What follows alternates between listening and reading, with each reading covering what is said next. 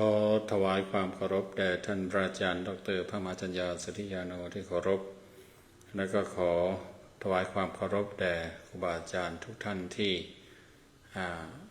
ได้เข้ามารับชมรับฟังและก็ขอโอกาส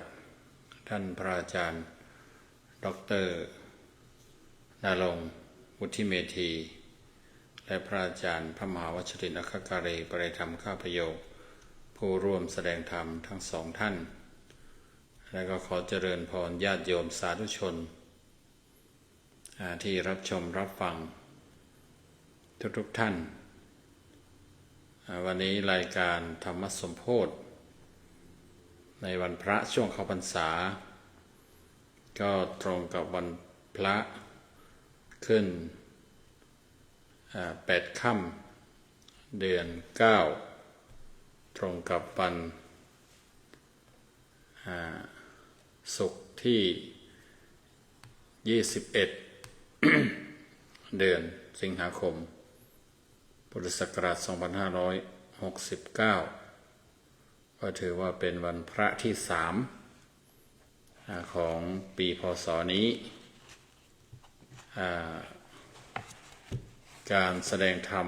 เป็นธรรมสมโภชในช่วงเข้าพรรษาก็ถือว่าเป็นสิ่งที่เราได้ทำกันเป็นปกติเสมอมาปีนี้ก็มีการแสดงธรรมจากพระธรรมทูต3 ท่านพระมหาวชรินทร์อัคคการีดร.พระอาจารย์พระณรงค์วุฒิเมธีและก็อาตมาท่านพระอาจารย์ให้ทั้ง3 ท่านแสดงกันตั้งแต่9 โมงหรือว่า3 ทุ่ม9 โมงกลางคืนคือ3 ทุ่มจนถึงเที่ยงคืนก็รูปละชั่วโมงท่านพระอาจารย์ท่านก็ได้ทำหน้าที่แสดงธรรมตลอดทั้งวันท่านก็เลยยกให้เว้นแต่วันไหนที่ท่านเป็นโอกาสพิเศษหรือว่าท่านมีความ ประสงค์มีสุขภาพเอื้ออำนวยท่านก็อาจจะร่วมจัดร่วมศึกษาปฏิบัติธรรมโต้รุ่งเหมือนข่าววันอาสาฬหบูชาที่ผ่านมาในส่วนของอาตมาในช่วงของการแสดงธรรมเป็นธรรมสมโภชในตอนกลางคืนวันพระณช่วงเข้าพรรษาก็ได้เอาเรื่องมรดกที่ขอฝากไว้ของหลวงพ่อพุทธทาสมานำเสนอตั้งแต่ปีที่แล้วแล้วก็มาถึงปีนี้ต่อเนื่องกันมาถ้ายังไม่จบก็คงจะต่อเนื่องกันไปอีกมรดกธรรมของหลวงพ่อท่านประมวลไว้189 ข้อปีแล้วนี้แสดงไปได้16 ข้อปีนี้ก็ต่อเนื่องกันมา2 วันพระแล้วก็ได้วันพระละเรื่องและมรดกมรดกที่17 18วันนี้ก็ขึ้นมรดกที่19มรดกที่19ตอนนี้อาตมาเป็นองค์ที่3ถ่ายทอดเองแล้วก็จะปิดเองก็ใช้กล้องเขาเรียกอะไรกล้องหน้าก็เลยอาจจะเห็นผู้แสดงชัดหน่อยถ้าหากว่ากล้องหรือระบบมันไม่ปรับเป็นแบบแนวตั้งนะและข้อดีส่วนหนึ่งคือเห็นท่านผู้ชมผู้ฟังว่ามีใครชมใครฟังใครคอมเมนต์ว่ายังไงที่เห็นก่อนนี้ก็มีคุณโยมเค้นธนานะครับมาเป็นคนท่านแรกแล้วก็ตอนนี้ก็มีท่านพระอาจารย์พัชรพลที่บายหรือว่าท่านพระอาจารย์พระมหาพัชรพลอารยธรรมโมก็ขอขอบพระคุณนะครับที่เข้ามารับชมรับฟังทางโน้นไม่รู้กี่โมงกี่ยามกันละทางนี้ก็5 ทุ่ม10 นาที11-12 นาทีนะครับในบางคราว ทั่วๆไปนะก็อาตมาหรือกับผมก็จะเป็นองค์สุดท้ายนะองค์ที่สามแต่ว่าเมื่อวันพระแล้วก็ได้สลับเป็นองค์ที่สองเนื่องจากพระอาจารย์ดร.ณรงค์นั้นไปเรียนยังไม่กลับนะช่วงนี้ ก็ปิด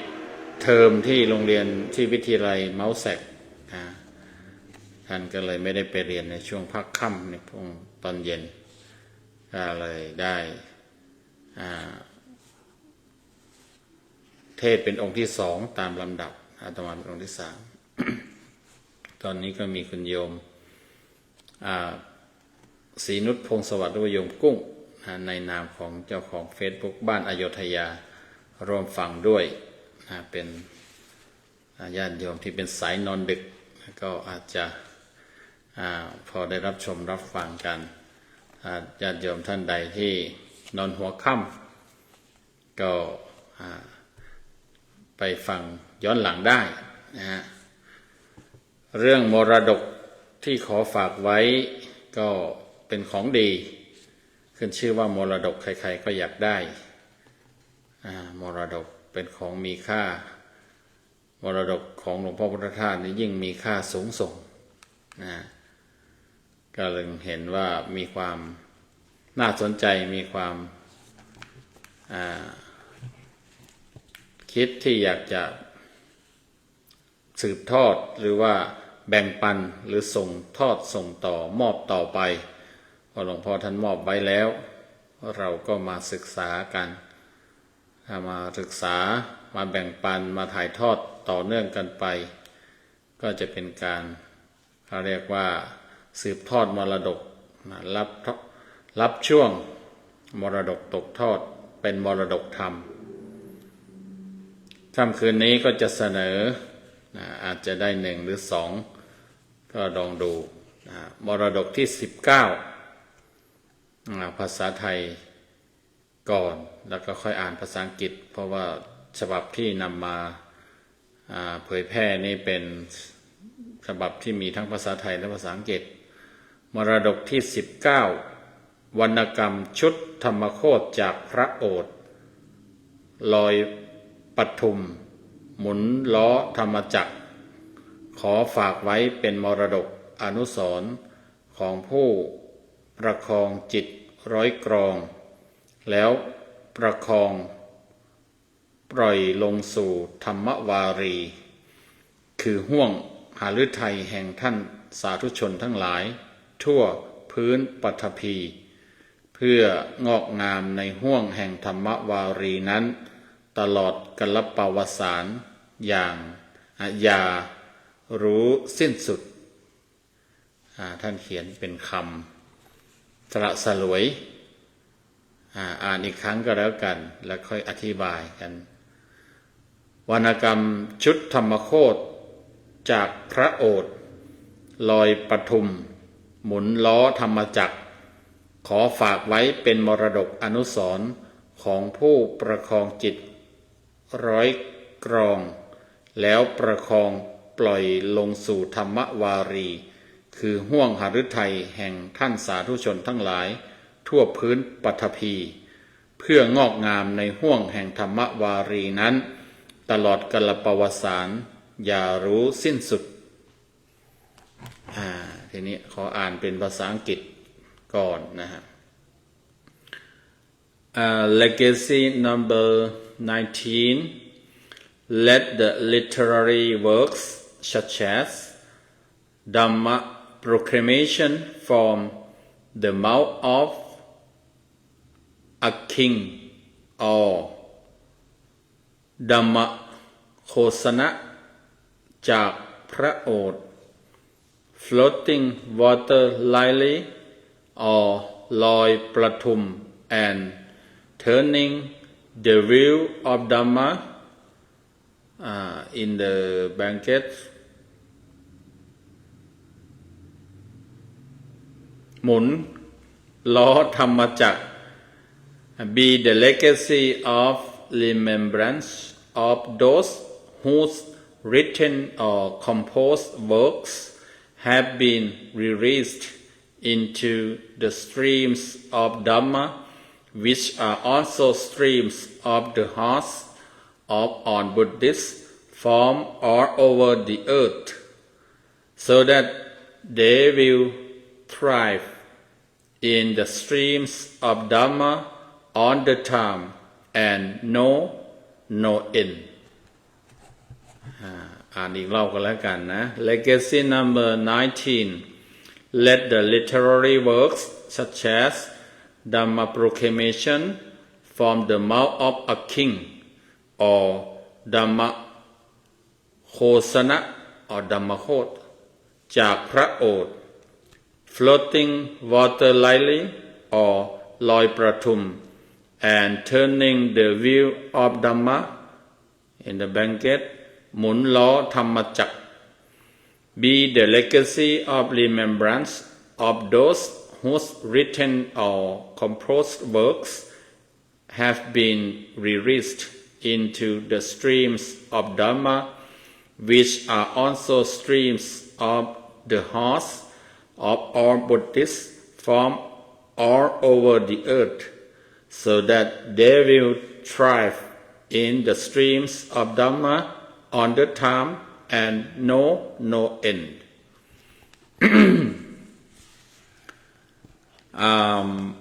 มรดกชุดนี้ท่านก็ฝากเกี่ยวกับหนังสือธรรมโคตรหนังสือธรรมโคตรเป็นวรรณกรรมที่ถ่ายทอดจากการบรรยายธรรมของหลวงพ่อพุทธทาสแล้วก็พิมพ์ออกเป็นหนังสือชุดธรรมโคตรหนังสือชุดธรรมโคตรเนี่ยก็เป็นหนังสือที่เล่มใหญ่นะเขาเรียกว่าอะไรกี่หยกภาษาหนังสือนี่เป็นหนังสือเล่มใหญ่แล้วก็หนาแต่มีลักษณะก็เป็นออกเป็นสีดำแล้วก็คาดบางทีมีเป็นสีทองตัวหนังสือสีทองก็เป็นการรวบรวมหนังสือของหลวงพ่อพุทธทาสในลักษณะที่เป็นเล่มใหญ่พิมพ์เป็นเล่มใหญ่ๆเล่มย่อยๆเล่มเล็กเล่มอะไรพิเศษก็มีเยอะแต่ว่าการประมวลเอาไว้พิมพ์เอาไว้เป็นหนังสือเล่มใหญ่นี่เขาก็จัดเป็นหนังสือชุดธรรมโคตร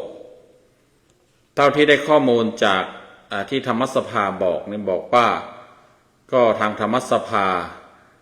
เนี่ยได้ประมวลจัดพิมพ์รวบรวมไว้นี่ก็ราวๆ79ถึง83เล่มราวๆ78ถึง82เรื่องว่าอย่างนั้นนะอันนี้ท่านพระอาจารย์พระชรพลกำลังดูอยู่เนี่ยท่านให้ข้อมูลว่าทางอังกฤษเวลา7 โมงเช้าของวันที่22ถ้าหากว่าท่านมีข้อมูลเกี่ยวกับจำนวนหนังสือธรรมโคตรของหลวงพ่อพุทธทาสก็สามารถพิมพ์ไว้เป็นการคอมเมนต์ไว้ได้แบ่งปันกันนะว่าเพราะท่านนั้นมาจากสวนโมกโดยตรงถ้าหากว่าท่านพอจำได้หรือมีข้อมูลนะแต่นี่ผมก็ดูจากที่เขาให้ข้อมูลไว้นี่ก็ราวๆนั้นนะ79ถึง83เล่มอาจจะมีราวๆนี้หรือว่ามากกว่านี้ยังไงก็ขอแจ้งด้วยเรื่องจำนวนเล่มก็ไม่เป็นประมาณแต่ว่าก็ให้รู้ว่ามีมากสื่อถึงว่าหลวงพ่อพุทธทาสนั้นท่านทำงานไปเยอะแล้วก็การรวบรวมหนังสือการรวบรวมถอดคำเทศนาคำบรรยายคำเทศของท่านออกไว้พิมพ์นั้นน่ะก็เพื่อที่จะเป็นการเก็บเอาไว้เป็นมรดกดังที่ท่านฝากเป็นมรดกหมายถึงว่ามันเป็นหลักฐานเป็นหลักฐานเรื่องหนังสือหนังหาเนี่ยก็ถือได้ว่าเป็นพัฒนาการทางการถ่ายทอดของมนุษย์เราก็ถือว่าหนังสือนั้นถือว่ามีอิทธิพลในยุคปัจจุบัน ท่านพระอาจารย์พัชรพลก็ได้ตอบแล้วบอกว่าปัจจุบันนี้มี83เล่มครับเนี่ยก็แสดงว่าข้อมูลตรงกันอยู่นะเนี่ย ก็ถือว่าเป็นหนังสือเนี่ยก็ถือว่าเป็นอุปกรณ์ในการศึกษาธรรมะเป็นอุปกรณ์หรือเป็นเครื่องมือที่คนเรานั้นใช้เรียนรู้ใช้การทำความเข้าใจจากการอ่านการอะไรนี้ในยุคปัจจุบันที่ทรงอิทธิพลและมีคุณค่าอยู่เว้นเสียแต่ในอนาคตอาจจะหมดจะหายไปก็ไม่เป็นไรอย่างน้อยก็เป็นหลักฐานทางประวัติศาสตร์หลักฐานในช่วงเวลาหนึ่งหรือหลักฐานเอาไว้เป็นรูปธรรมเพื่อคนที่ชอบการอ่านการศึกษาแบบการอ่านจากหนังสือจากตำรานี่ก็สามารถที่จะไปหาอ่านได้นะทีนี้หลวงพ่อพุทธทาสท่านยังระบุนะบอกว่าวรรณกรรมชุดธรรมโคตรจากพระโอษฐ์เนี่ยจากพระโอษฐ์แล้วก็มีลอยปทุมแล้วก็หมุนล้อธรรมจักรเนี่ยท่านระบุในสามกลุ่มหรือ3หมวดชื่อที่กล่าวมาจากพระโอษฐ์นั้น ก็จะเป็นหมายถึงว่าเป็นการรวบรวมข้อความจากพระไตรปิฎกพระไตรปิฎกเนี่ยก็ถือได้ว่าเป็นการจดจำจารึกพระธรรมเทศนาของพระพุทธเจ้าที่ท่านแสดงที่ท่านเทศไว้แล้วก็เอาออกมาถ่ายทอดกันเต็มหรือว่ากันเต็มสูตรเต็มเนื้อหาเต็มเรื่องราวในหลายๆเรื่องในหลายพระสูตรนั้นจากพระไตรปิฎกนี้ก็จะเป็นการที่ ระบุถึงคำพูดของพระพุทธเจ้าหรือที่เรียกว่าพระพุทธวจนะพระพุทธพจน์ดังนั้นมันก็มีหลายเรื่องหลายประเด็นที่น่าสนใจหลวงพ่อพุทธทาสท่านก็ได้จับประเด็นเอาอย่างเช่นพุทธประวัติจากพระโอษฐ์อย่างเนี้ยหมายถึงว่าพุทธประวัติที่ท่านอ่านจากพระไตรปิฎกเนี่ยที่รวบรวมคำพูดของพระพุทธเจ้าไว้ทั้งหมดเลยเนี่ยก็เหมือนกับว่าเป็นพระพุทธประวัติที่พระพุทธเจ้าเล่าเองหรือบอกเองพูดเองก็จัดเป็นชุดธรรมโคตรชุดหนึ่งพุทธประวัติจากพระโอษฐ์ปฏิจจสมุปบาทจากพระโอษฐ์อริยสัจจากพระโอษฐ์แล้วก็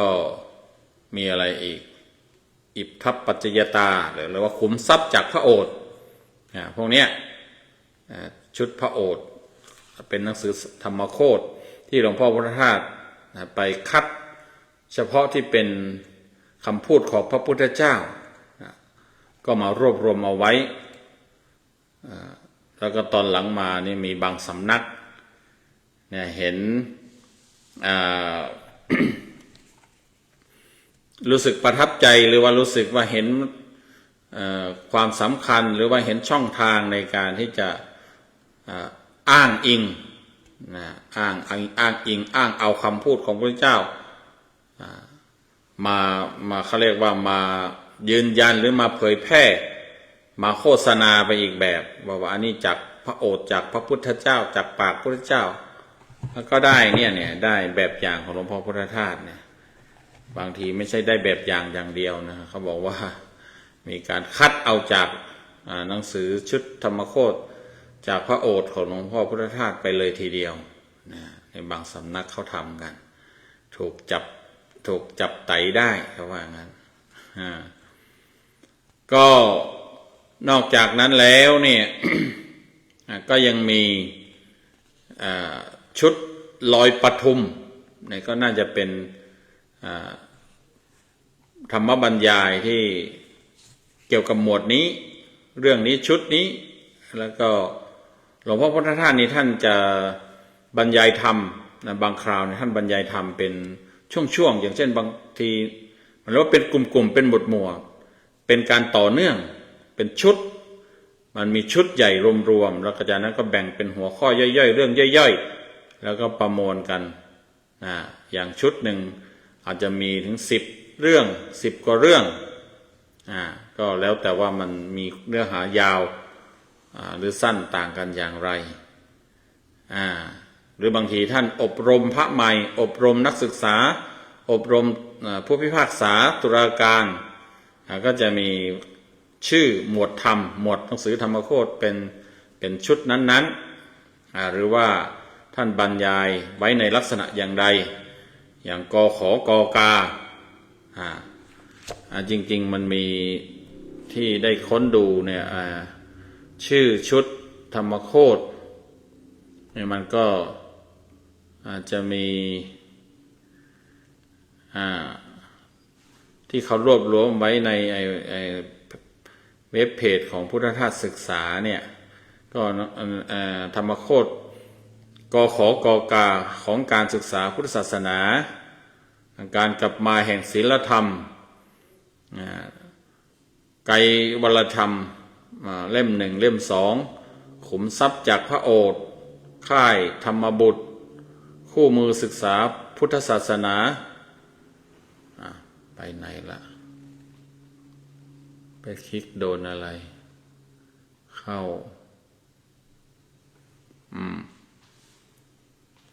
แล้วก็ธรรมโคตรใครคือใครคฤหัสถธรรมหัวใจแห่งคริสตธรรมเท่าที่พุทธบริษัทควรทราบหนังสือชุดพุทธธรรมก็มีปาฐกถาชุดพุทธธรรมก็มีชุมนุมร้องอายุเล่ม 1ตุลากายิกธรรมเล่ม 1ตุลายิกธรรมเล่ม 2ตุลายิกธรรมเล่ม 3เตกิจฉกธรรมเทคนิคการมีธรรมบรรยายต่อหางสุนัขธรรมบรรยายระดับมหาวิทยาลัยเล่ม 1ธรรมบรรยายระดับมหาวิทยาลัยเล่ม 2ธรรมปาติโมกข์เล่ม 1เล่ม 2ธรรมสัตราเล่ม 1ธรรมสัจจสงเคราะห์ธรรมะกับการเมืองธรรมะกับสัญชาตญาณธรรมะในฐานะวิทยาศาสตร์ธรรมะเล่มน้อยนวกานุศาสตร์บรมธรรมภาคต้นภาคปลายเนี่ยก็มีเยอะแยะมีเยอะแยะหนังสือพุทธธรรมประยุกต์นี่ก็แล้วแต่ท่านจะบรรยายเป็นหมวดในช่วงเทศกาลหรือปารภช่วงเวลาช่วงไหนบางทีก็เกี่ยวกับวิสาขบูชาท่านก็จะประมวลเรื่องราวเกี่ยวกับความรู้ความเข้าใจที่น่าจะทำความเข้าใจเกี่ยวกับเรื่องวิสาขบูชาหรือมาฆบูชามีประเด็นย่อยๆประเด็นที่ท่านมองเห็นอย่างแหลมคมแล้วก็มาขยายแล้วก็จัดเป็นชุดหนึ่งชุดนั้นๆก็พิมพ์ออกมาแล้ว83เล่มก็ถือว่าเป็นหนังสือที่ทรงคุณค่าแล้วก็เป็นหนังสือที่เป็นมรดกธรรมของครูบาอาจารย์รูปหนึ่งที่มีอย่างโดดเด่นแทบจะเรียกได้ว่าจะมีเยอะกล่าวได้ว่ามีเยอะที่สุดก็ว่าได้มีเยอะที่สุดถ้าไม่นับหลวงพ่อสมเด็จพระพุทธโฆษาจารย์นี่ก็ถือว่าหลวงพ่อพุทธทาสนี่ก็ถือว่าโดดเด่นหรือว่ามีมากหนังสือท่านมีการรวบรวมพิมพ์ไว้เป็นกิจจลักษณะท่านก็เลย ไม่ว่าจะเป็นชุดจากพระโอษฐ์ชุดลอยปทุมชุดหมุนกงล้อธรรมจักรหรือว่าชุดอื่นๆก็ตามเนี่ยท่านก็บอกว่า เป็นมรดกที่ผู้ประคองจิตร้อยกรองแล้วประคองปล่อยลงสู่ธรรมวารีคือห้วงหฤทัยแห่งท่านสาธุชนทั้งหลายทั่วพื้นปฐพีเพื่องอกงามในห้วงธรรมวารีนั้นตลอดกาลประวัติศาสตร์อย่ารู้สิ้นสุดก็เป็นการบ่งบอกว่าท่านนั้นมีความตั้งใจที่จะกระทำประคองจิตร้อยกรองก็ประคองที่จะถ่ายทอดออกมาตั้งใจที่จะตั้งจิตตั้งใจอย่างดีที่จะถ่ายทอดออกมา โดยเจตนาโดยจิตที่เป็นกุศลที่มุ่งประโยชน์ในบางทีท่านก็เขียนในคำนำเกี่ยวกับการพิมพ์หนังสือธรรมโคตรท่านก็ว่าก็หนังสือชุดธรรมโคตรนี้ก็มีเจตนาที่จะ ถ่ายทอดธรรมะประยุกต์ธรรมะเอาไว้เพื่อที่จะแก้ปัญหาวิกฤตการณ์ของโลกเพราะอย่างยิ่งก็คือในยุคปัจจุบันเนี่ยท่านมองเห็นตั้งแต่สมัยโน้นสมัยที่หลวงพ่อพุทธทาสเนี่ยท่านก็มองเห็นแล้วว่าโลกเนี่ยมันมีวิกฤตการณ์แล้วสังคมมันมีวิกฤตการณ์แล้วท่านก็เลยพยายามที่จะ ดึงศีลธรรมกลับมาเหมือนที่คำที่ท่านพูดเอาไว้ว่าถ้าศีลธรรมไม่กลับมาโลกาจะวินาศเนี่ยท่านก็เลยเห็นว่าหนังสือธรรมโคตรนี่แหละจะเป็นหลักฐานจะเป็นรูปธรรมที่เป็นหนังสือธรรมะที่เป็นรูปธรรมที่ผู้สนใจจะนำไปศึกษาเป็นแนวทางในการที่จะนำศีลธรรมกลับมาแก้ปัญหาวิกฤตการณ์ของสังคมและบางทีท่านก็ระบุว่าหนังสือธรรมโคตรก็มีเจตนาเพื่อให้ผู้คนเนี่ย มีธรรมะไม่ใช่แค่รู้ธรรมะท่านบอกว่าปัญหาอย่างหนึ่งก็คือว่าบางทีเนี่ยคนมันไปรู้ธรรมะรู้จากการอ่านการฟังการศึกษาแต่ว่าไม่เข้าไปถึงจิตถึงใจไม่นำไปปฏิบัติจนมันกลายเป็นสิ่งที่เป็นคุณสมบัติเป็นสิ่งที่มีอยู่ในจิตในใจในตัวคือจนกลายเป็นมีธรรมะท่านแยกเป็นสองขยักรู้ธรรมะนั่นก็ยังไม่ดีพร้อมยังไม่การันตีว่าจะทำดีหรือว่าจะมีผลในทางที่ดีได้ต้องมีธรรมะต้องมีธรรมะก็คือว่าได้นำไปปฏิบัติได้นำไปใช้แล้วจนเกิดมีในจิตในใจในชีวิตเกิดเป็นผลเป็นมรรคเป็นผลขึ้นมาอันนั้นน่ะท่านจึงว่าก็เป็นเจตนาอย่างหนึ่งของท่านที่ท่านทำหนังสือธรรมโคตรออกมาหรือมีทีมงานพุทธบริษัทที่เป็นทีมงานของท่านทำออกมาเนี่ยก็มีเจตนาเนี่ยในทางว่าประคองนะปล่อยลงสู่ธรรมวารีธรรมวารีก็คือว่าห้วงแห่งธรรมะหรือว่าน้ำกระแสแห่งธรรมกระแสน้ำแห่งธรรมสายธรรมสายน้ำแห่งธรรมะในที่นี้ก็คือจิตใจของท่านสาธุชนทั้งหลายทั่วพื้นปฐพีคือทั่วโลกเนี่ยก็ท่านร้อยกองจัดทำไว้อย่างดีก็คือตั้งใจนะครับปล่อยลงสู่จิตใจของเพื่อนมนุษย์สาธุชนทั้งหลายเนี่ยถือว่าเป็นกระแสแห่งธรรมกระแสแห่งธรรมเนี่ยมันก็ต้องเข้าสู่กระแสแห่งใจกระแสจิตมันจะได้สอดรับกันหรือว่าไปไหลไปถึงเข้าถึงกระแสธรรมแล้วก็กระแสใจเราจะรับกระแสธรรมก็ต้องด้วยรับด้วยกระแสแห่งใจด้วยใจด้วยจิตด้วยใจเพื่อให้มีความงอกงามในห้วงแห่งธรรมวารีนั้นก็คือว่ามีความจิตใจหรือว่าธรรมะเนี่ยศีลธรรมเนี่ยจะงอกงามในจิตใจนั้นของผู้ที่ได้เข้ามาเกี่ยวข้องเข้ามาศึกษาเข้ามาปฏิบัติเข้ามาอ่านเข้ามาฝึกเข้ามาฝนท่านก็ขอฝากไว้ตลอดกาลประวัติศาสตร์อย่ารู้สิ้นสุดภาษาอังกฤษนี่ก็ท่านใช้คำดีนะ on the time and no end อย่างรู้อย่ารู้สิ้นสุด no end ก็ท่านมีความตั้งใจถือว่าเป็นจะบอกว่าเป็นมรดกกับเป็นตัวแทนของท่านก็ว่าได้หนังสือธรรมโคตรเนี่ยเป็นตัวแทนของท่านไม่ว่าจะเป็นชุดใดก็ตาม หรือว่านอกจากหนังสือแล้วก็คงจะหมายถึงเสียงธรรมเสียงเทศที่บันทึกเอาไว้อันนั้นก็ถือได้ว่าทั้งสองฝ่ายเนี่ยทั้งเสียงที่ท่านธรรมบรรยายหรือถอดออกมาเป็นพิมพ์เป็นหนังสือธรรมโคตรก็ถือว่าเป็นตัวท่านเนี่ยเหมือนที่ท่านเคยกล่าวไว้ว่าพุทธทาสจักอยู่ไปไม่รู้ตายไม่มีตายถึงดีร้ายก็จะอยู่คู่พระศาสนามีคำอะไรที่อาตมาจำไม่ค่อยแม่นแล้วแต่ว่าหนึ่งในนั้นท่านบอกว่า มีอะไรก็เอามาเขี่ยไขให้กันฟังเหมือนฉันนั่งร่วมด้วยช่วยชี้แจงในประมาณนั้นไม่ว่าจะเป็นหนังสือธรรมโคตรหรือว่าเสียงธรรมของท่าน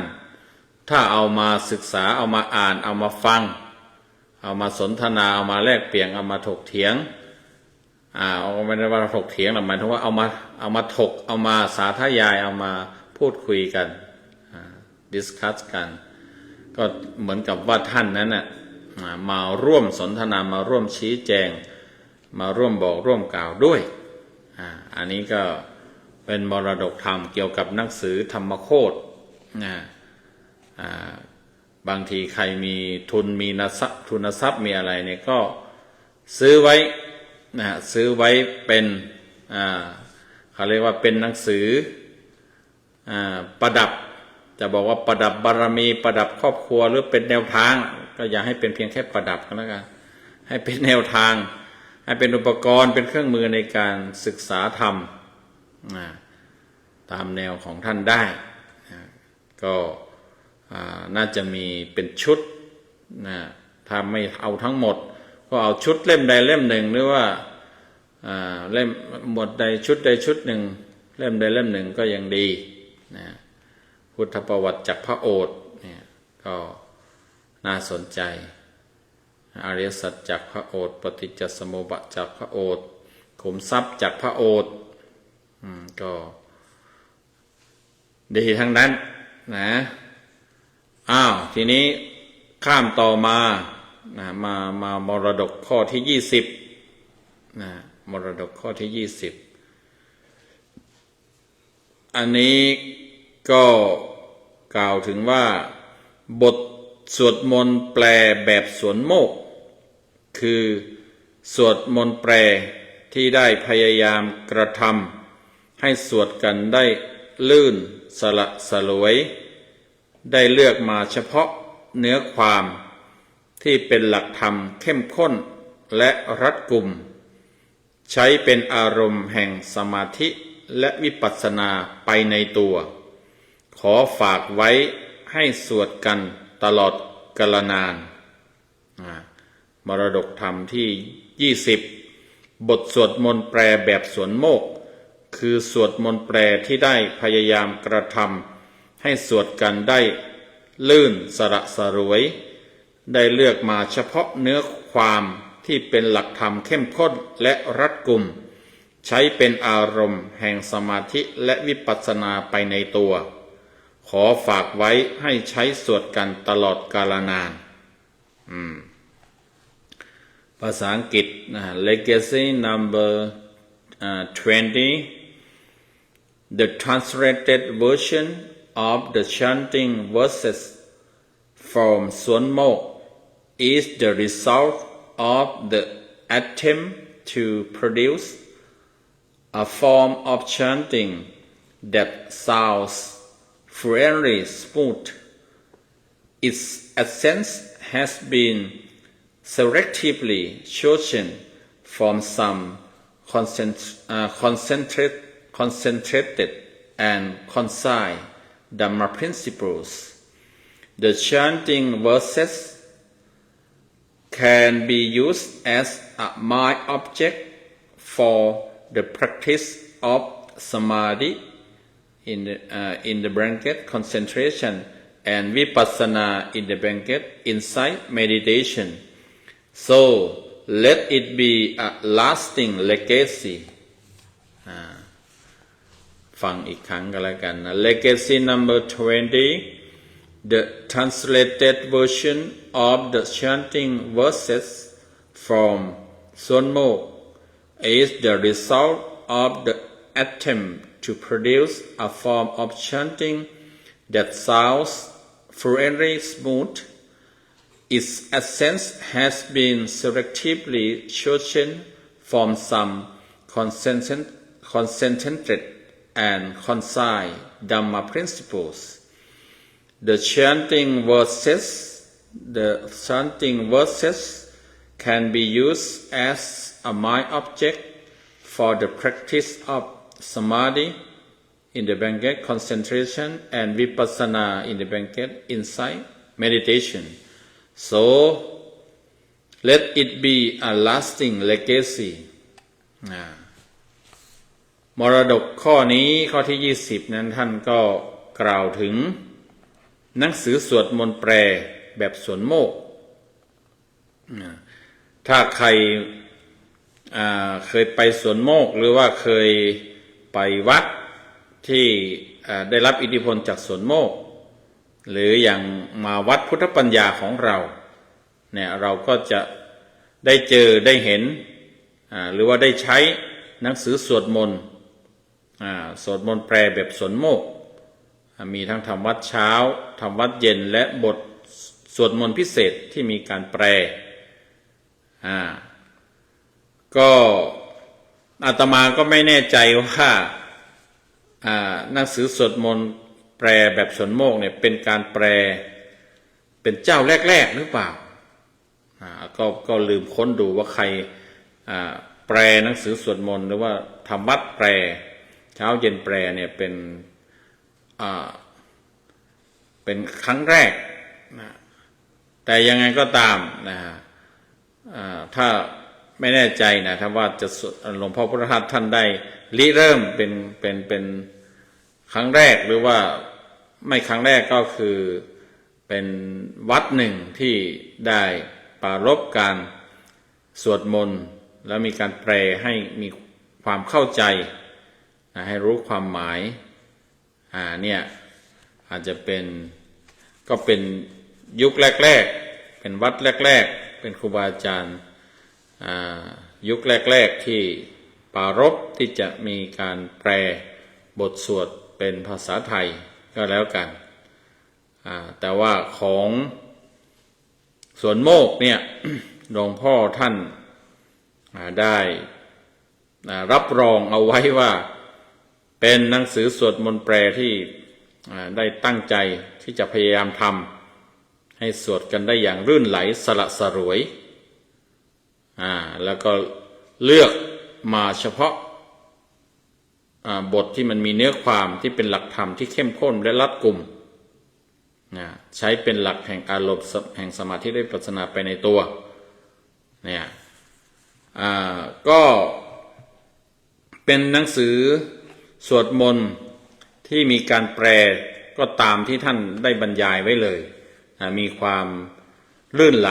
สละสลวยไพเราะจับใจคำแปลทุกคำก็มีความภาษานั้นสวยงามลื่นไหลหลายๆท่านที่เคยสวดก็จะรู้ว่านอกจากจะมีคำทำวัดเช้าทำวัดเย็นแปลแล้วเนี่ยถ้ามีเวลาถ้าเวลาถ้ามีเวลาเนี่ยครูบาอาจารย์หรือพระอาจารย์ที่นำสวดท่านก็จะเลือกบทพิเศษบทสวดพิเศษที่สำคัญที่มีเนื้อหาที่น่าสนใจก็น่าสนใจทุกบทแหละแต่หมายถึงว่าเท่าที่มีเวลาเนี่ยท่านก็จะเลือกมาบทสวดพิเศษก็มีหลายแบบแต่ว่าที่เป็นธรรมะคล้ายๆจากเป็นธรรมะแบบสั้นๆเป็นพระสูตรสั้นๆก็ว่าได้นี่ก็บทสวดเกี่ยวกับเข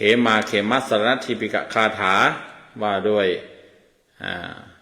การหาที่พึ่งของมนุษย์พระหงเวสรนังยันติขึ้นต้นด้วยเนี่ยเราจะเห็นว่ามีการแปลให้เข้าใจได้มีความไพเราะด้วยเข้าใจได้ด้วย มนุษย์เป็นอันมากเมื่อเกิดมีภัยคุกคามแล้วก็ถือเอาภูเขาบ้างป่าไม้บ้างอารามและลูกขเจดีย์บ้างเป็นสรณะนั่นไม่ใช่สรณะเกษมนั่นไม่ใช่สรณะสูงสุดเขาอาศัยสรณะแล้วย่อมไม่พ้นจากทุกข์ทั้งปวงได้ส่วนผู้ใดถือเอาพระพุทธพระธรรมพระสงฆ์เป็นสรณะแล้วเห็นอริยสัจคือความจริงอันประเสริฐสีด้วยปัญญาอันชอบคือเห็นความทุกข์เหตุให้เกิดทุกข์ความก้าวล่วงทุกข์เสียได้และหนทางมีองค์8อันประเสริฐเครื่องถึงความระงับทุกข์นั่นแหละเป็นสรณะเกษมนั่นแหละเป็นสรณะอันสูงสุดเขาอาศัยสรณะนั่นแล้วย่อมพ้นจากทุกข์ทั้งปวงได้นะนอกจากนั้นก็ยังมีบทอริยทรัพย์อริยธนคาถาบทบริทรัพย์อันประเสริฐติลักขณาธิคาถาบทสวดเกี่ยวกับพระไตรลักษณ์ลักษณะที่เป็นสามัญเป็นอยู่อย่างนั้นอยู่คู่กับโลกทุกยุคทุกการไม่มีการเปลี่ยนเป็นอย่างอื่นก็คือเรื่องว่าด้วยความเป็นอนิจจังทุกขังอนัตตาในบางข่าวก็กล่าวถึงบทที่ทำความเข้าใจเรื่องชีวิตเรื่องขันธ์ห้าอย่างเช่นภารสุตตคาถาภาราหเวปัญจขันธาขันธ์ทั้งห้าเป็นของหนักเน้อบุคคลแหละเป็นผู้แบกของหนักพาไปการถือแบกของหนักการแบกถือของหนักเป็นความทุกข์ในโลกการสลัดของหนักทิ้งลงเสียเป็นความสุขพระอริยเจ้าสลัดทิ้งของหนักลงเสียแล้วทั้งไม่หยิบฉวยเอาของหนักอันอื่นขึ้นมาอีกก็เป็นผู้ถอนตัณหาขึ้นได้กระทั่งลากเป็นผู้หมดสิ่งปรารถนาดับสนิทไม่มีส่วนเหลืออันนี้ก็ทำให้เราได้เห็นภาพบอกว่าภาระที่ยิ่งใหญ่ของชีวิตก็คือขันธ์ห้าเนี่ยการแบกถือขันธ์ห้าการบริหารขันธ์ห้าก็คือรูปเวทนาสัญญาสังขารวิญญาณคือชีวิตเหล่านี้มันเป็นภาระเฉพาะอย่างยิ่งก็คือว่าเราจะต้องแบกข้ามไปทุกภพทุกชาติเวียนวนเวียนว่ายในสังสารวัฏเนี่ยโอ้โหมันหนักหนักกายหนักใจเฉพาะอย่างยิ่งคือหนักใจหนักไปหมดยิ่งขันใหญ่ๆหน่อยนะขันห้าใหญ่ๆหน่อยไซส์ใหญ่ๆหน่อยนะหนักลุกนั่งก็หนักเดินเหินก็หนักอันนี้แค่ทางกายภาพนะหรือว่าหนักในการดูแลรักษาในการบริหารต้องให้ยืนให้เดินให้นั่งให้นอนให้สมดุลยืนอย่างเดียวตลอดก็ไม่ได้อยากจะนั่งนานๆตลอดก็ไม่ได้อยากจะนอนนอนนานๆตลอดก็ไม่ได้อยากจะลุกขึ้นมามันก็ต้องบริหารไงหรือว่าบริหารหิวก็ต้องหาอาหารให้กินวันละ 2-3 มื้อวันละ 2-3 คาบร้อนก็ต้องอาบน้ำช่วงนี้หน้าร้อนจัดก็ต้องหาแอร์เย็นๆให้อยู่ให้สัมผัสหาน้ำเย็นๆให้อาบวันนี้มันไม่ได้ทำวันเดียวนะมันทำปีหนึ่งก็365 วันไม่ได้ทำปีเดียวอีกตามแต่อายุไขของแต่ละคนโอ้หนักเป็นภาระที่หนักมันเยอะการบริหารการเอาใจขันธ์ห้าการแบกไปเนี่ยต้องไปหาเงินหาทองให้เขาได้ใช้หาเสื้อผ้าให้ใส่หาเครื่องประดับหาอุปกรณ์หาเครื่องไม้เครื่องมือหารถหาโทรศัพท์หาบ้านหาคนที่เรารักโอ้โหมากมายมหาศาลคำว่าขันธ์ห้าเป็นของหนักเน้อไม่ได้หนักชาตินี้หนักไปเรื่อยๆถ้าใครไม่อยากถือให้หนักต่อไปก็ต้องสลัดทิ้งของหนักก็คือปล่อยวางฝึกปล่อยวางแล้วก็ไม่ต้องไปมีเยื่อใยที่อยากจะมีขันธ์ในภพในชาติต่อไปก็จะถอนตัณหาขึ้นได้กระทั่งลากหมดสิ่งปรารถนาคือไม่มีความอยากไม่มีพอละไอตัวอยากนี่แหละมันทำให้ทำเหมือนเราอยากได้นั่นอยากได้นี่อยากมีนั่นมีนี่เราก็ไปหาสิ่งนั้นเหมือนกันพออยากมีขันธ์ห้าไปเรื่อยๆเนี่ยมันก็มีไปเรื่อยๆ พอไม่อยากหมดอยากแล้วเนี่ยก็ดับสนิทละทีเนี้ยดับสนิทไม่มีส่วนเหลือคำเขาก็ไพเราะนะหลวงพ่อพระธาตุลึกซึ้งหรือว่าคำพัทเทกรัตตะติงตังนันวาขเมยะหรือหลายบทแหละแต่บทที่สวดเป็นประจำพิจารณาบทพิจารณาสังขารเนี่ยเฉพาะท่อนแรกที่ว่าสัพเพสังขารานิจจาสังขารคือร่างกายจิตใจและรูปธรรมนามธรรมทั้งหมดทั้งสิ้นมันไม่เที่ยงเกิดขึ้นแล้วดับไปมีแล้วหายไปสัพเพสังขาราทุกขาสังขารคือร่างกายจิตใจและรูปธรรมนามธรรมทั้งหมดทั้งสิ้นมันเป็นทุกข์ทนยากเพราะเกิดขึ้นแล้วแก่เจ็บตายไปสัพเพธัมมาอนัตตาสิ่งทั้งหลายทั้งปวงทั้งที่เป็นสังขารและมิใช่สังขารทั้งหมดทั้งสิ้นไม่ใช่ตัวไม่ใช่ตนไม่ควรถือว่าเราว่าของเราว่าตัวว่าตนของเราเนี่ยบทนี้มันไพเราะนะฮะบทเนี้ยมันยังมีต่ออยู่อีกแหละแต่ว่าเฉพาะ3 คำนี่ที่ไม่รู้ว่าท่านเรียบเรียงมายังไงแปลได้ไพเราะแปลได้เห็นภาพสัพเพสังขาราอนิจจาสัพเพสังขาราทุกขาสัพเพธัมมานัตตานี่เป็นคาถาศักดิ์สิทธิ์คาถาปล่อยคาถาวางทุกสิ่งทุกอย่างได้เหมือนกันเพราะอย่างยิ่งที่บทที่3เนี่ยบทตัวที่3เรียกว่าท่อนที่3สัพเพธัมมานัตตาสิ่งทั้งหลายทั้งปวงทั้งที่เป็นสังขารและมิใช่สังขารทั้งหมดทั้งสิ้นไม่ใช่ตัวไม่ใช่ตนไม่ควรถือว่าเราว่าของเราว่าตัวว่าตนของเราอันนี้ย้ำใจความสำคัญของพุทธศาสนาแล้วก็หลักปฏิบัติบ่งบอกหลักปฏิบัติไว้ด้วยว่าไม่ควรถือว่าเป็นตัวเราของเราถ้าเป็นภาษาหลวงพ่อพุทธทาสก็คือว่าเป็นตัวกูของกูme and mine no me no mine เขาว่ากันอย่างนั้นภาษาอังกฤษหรือว่า no I no me no mine ก็จะ หมด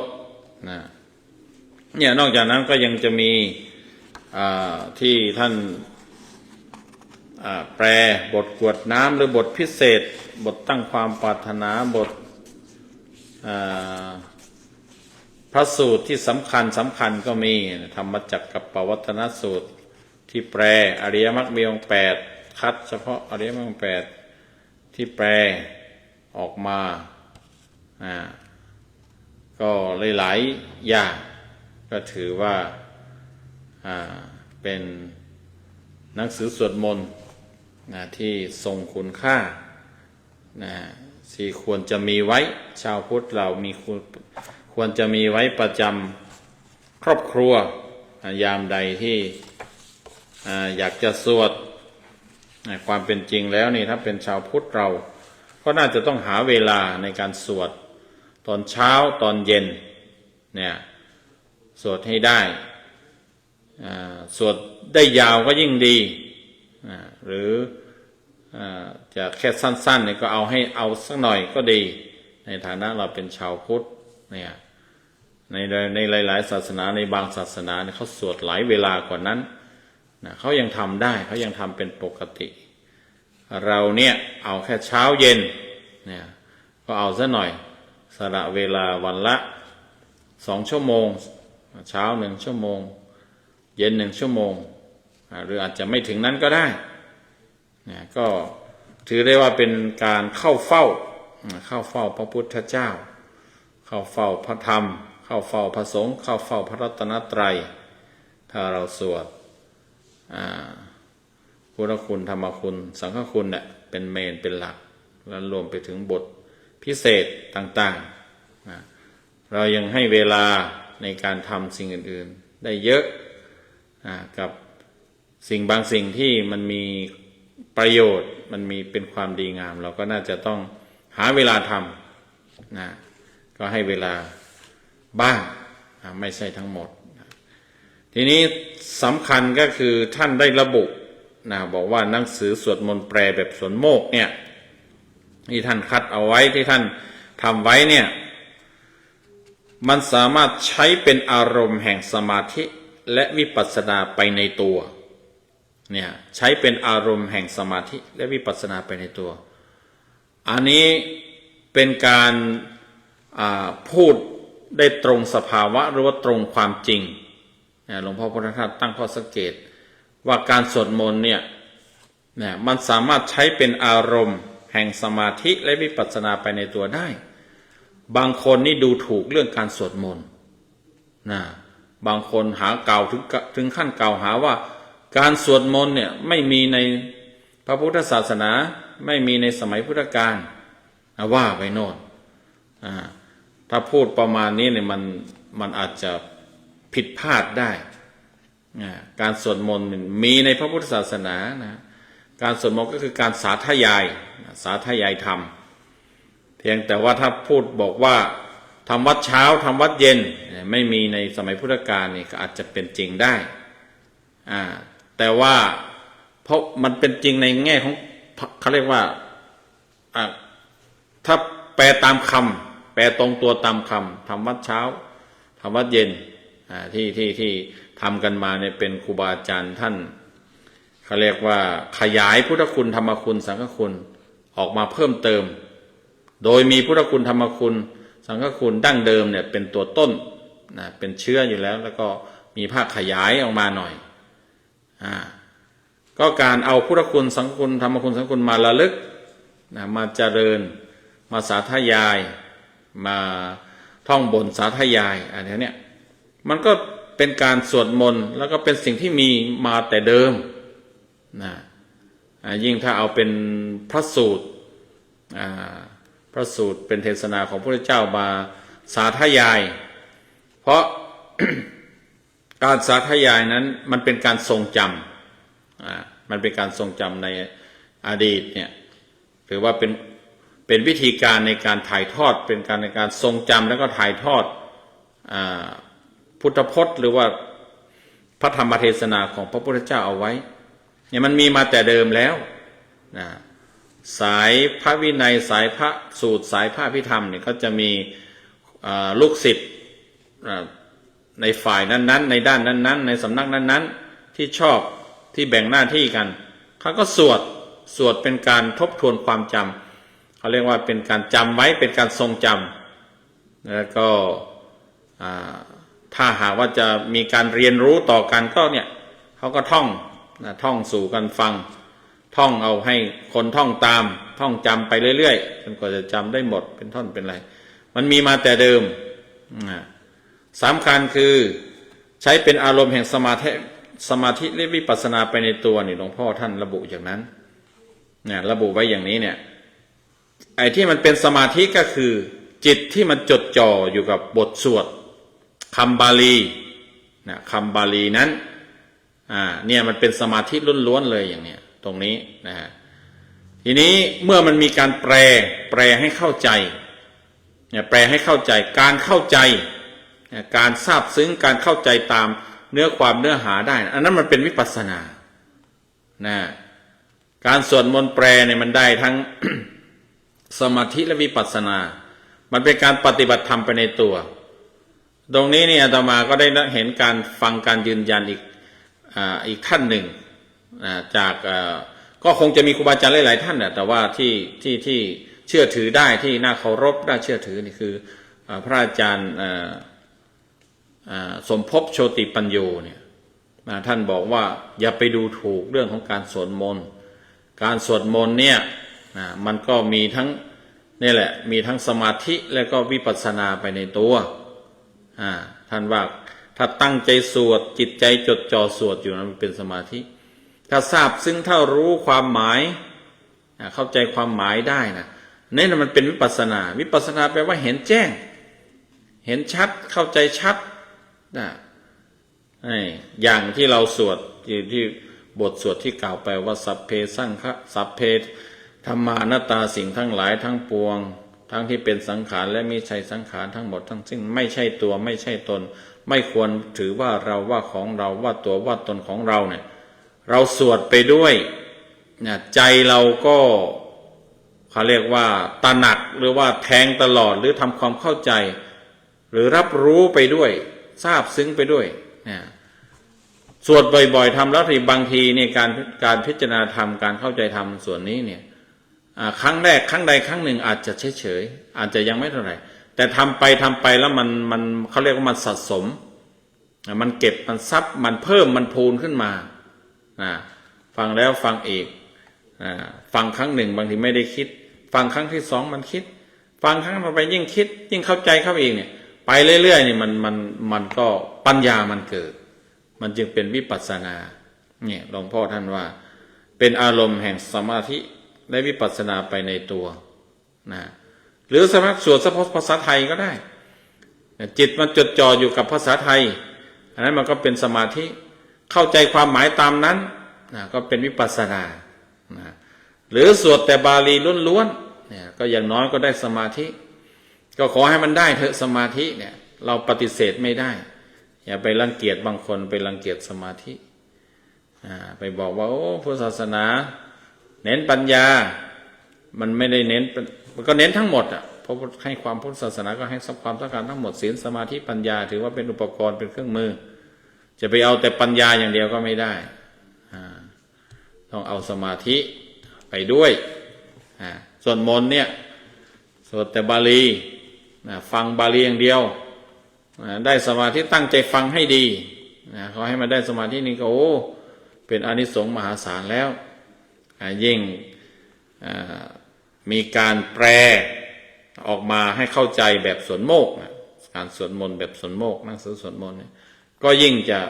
ได้รับอานิสงส์มากยิ่งขึ้นมาก